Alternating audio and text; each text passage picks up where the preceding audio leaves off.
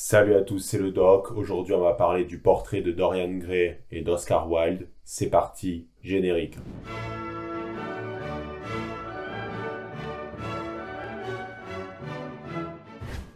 Oscar Wilde est un auteur irlandais qui est né en 1854 et qui est mort en 1900. Et il avait la particularité de venir d'une famille plutôt aisée. Son père était chirurgien par exemple et c'était un dandy. Donc il avait un mode de vie plutôt hédoniste et il était notamment homosexuel. Et il a écrit donc en 1890, 10 ans avant sa mort, le portrait de Dorian Gray qui est l'une de ses œuvres les plus connues. Le portrait de Dorian Gray, il fait partie de ces ouvrages qui appartiennent au style artistique du décadentisme.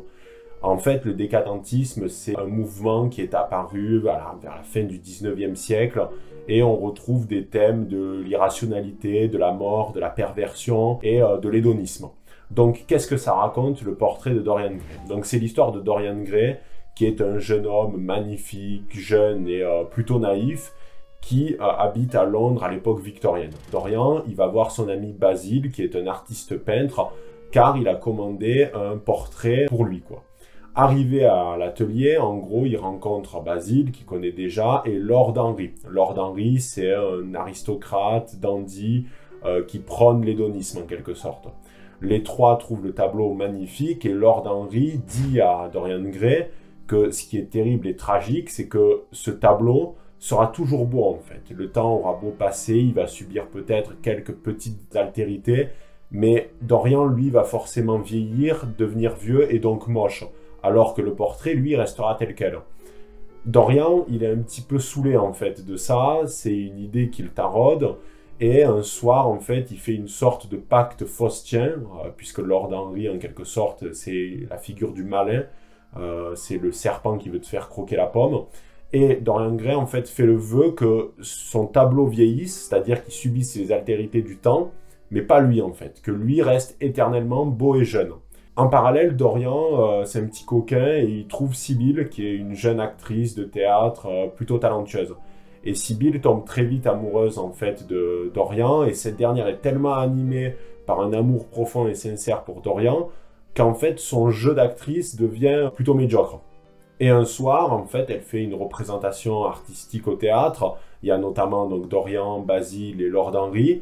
Et en fait, elle se vautre complètement. Elle a vraiment un jeu minable et Dorian, face à ça, qui estime avoir en fait subi un affront, en fait la plaque. Et là, patatras, le lendemain, en fait, Sibylle se suicide et quand Dorian apprend ça, en fait, il s'en fout. Et il va voir le portrait et il remarque que le portrait a commencé à subir une altérité du fait qu'il a l'air plus méchant en quelque sorte. À partir de ce moment-là, il a consommé le pacte faustien en fait. Il a fait le pacte avec le diable.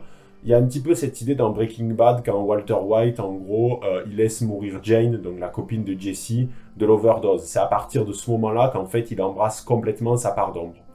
Et donc là, Dorian, il a compris qu'en fait, son vœu était exaucé et que le tableau, en fait, allait subir les altérités du temps, mais pas lui. Et à partir de là, il se met en mode Dan Blitzerian. Il va fumer de l'opium, boire de l'alcool à gogo, aller aux prostituées des bas-fonds londoniens. Il va s'acheter des habits extrêmement chers pour paraître, on va dire, plus riche.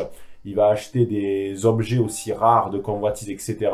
Et ça va devenir en fait le mentor de Lord Henry en quelque sorte.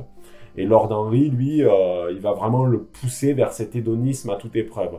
Basile, lui, il est plus sur la retenue et il veut que Dorian revienne comme il était avant.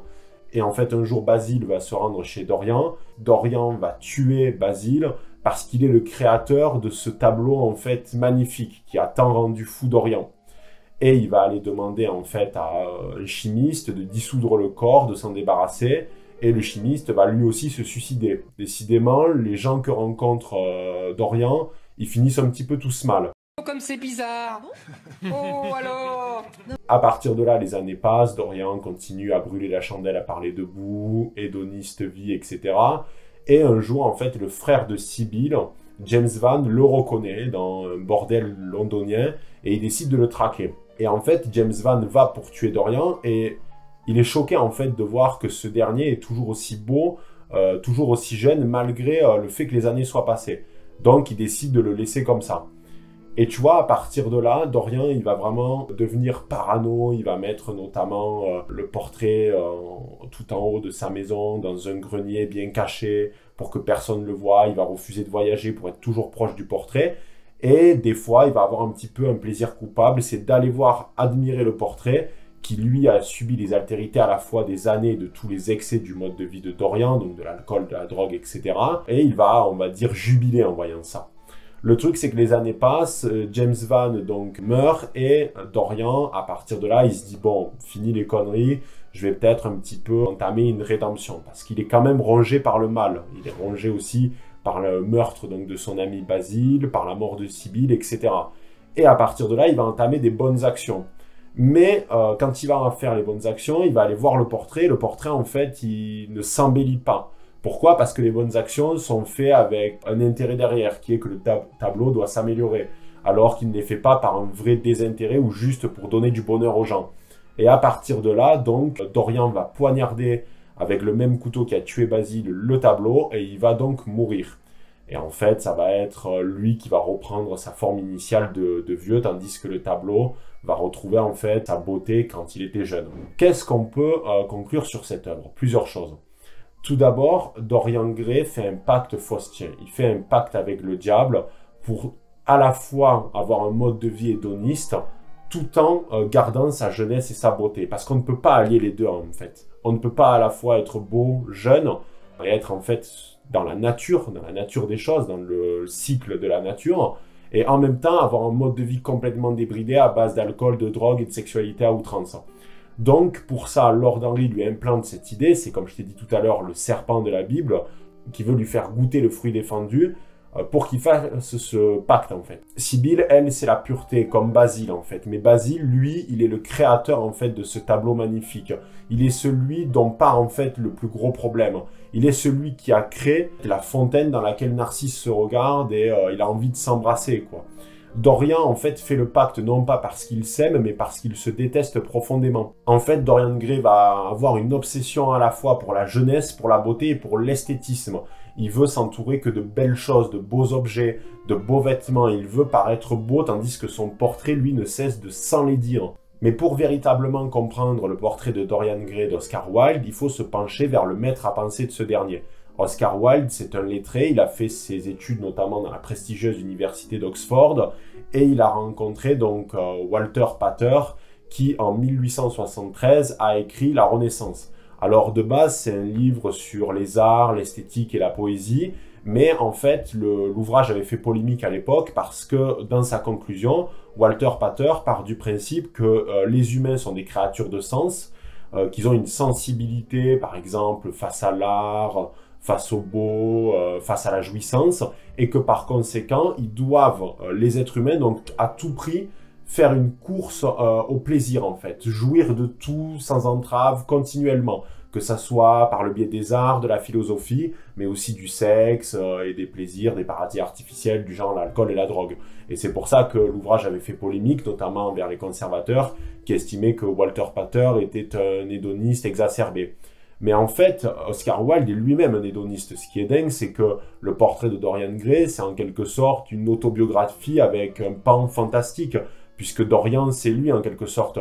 Dorian, c'est ce qu'il aurait aimé être, il disait d'ailleurs dans ses lettres à ses amis. Ce qui est intéressant de noter, c'est que la première page donc, du portrait de Dorian Gray est très chargée d'un point de vue littéraire. C'est comme si en fait il voulait faire un suresthétisme. Il parle notamment donc de comment est l'atelier de Basile, donc il surcharge avec des phrases particulièrement longues.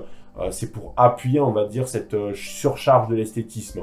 Trop de l'art, en fait. Oscar Wilde, il est fasciné par les personnages qui affrontent la fatalité, qui s'approchent du gouffre et qui finissent par chuter, en fait.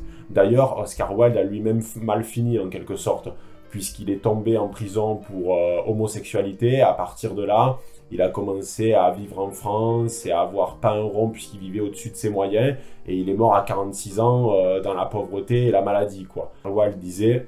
Je meurs comme j'ai vécu, largement au-dessus de mes moyens. Qu'est-ce qu'on peut en conclure? Le portrait de Dorian Gray est une œuvre donc, sur l'hédonisme, l'esthétique et la beauté. Et il montre aussi que la recherche du beau et de l'hédonisme à toute épreuve, en fait, c'est ce qui va te causer ta perte. Dorian Gray, en l'écrivant, était persuadé que l'hédonisme n'était peut-être pas la voie royale, la voie qui lui assurait une vie saine et prospère et surtout qui vivrait longtemps. Mais il a accepté cette idée pour avoir une vie peut-être plus riche, mais aussi plus courte. Voilà, j'espère que cette vidéo t'aura plu. N'hésite pas à aimer, commenter, partager. Et on se retrouve très vite pour une prochaine vidéo. C'était le Doc. Ciao les barons.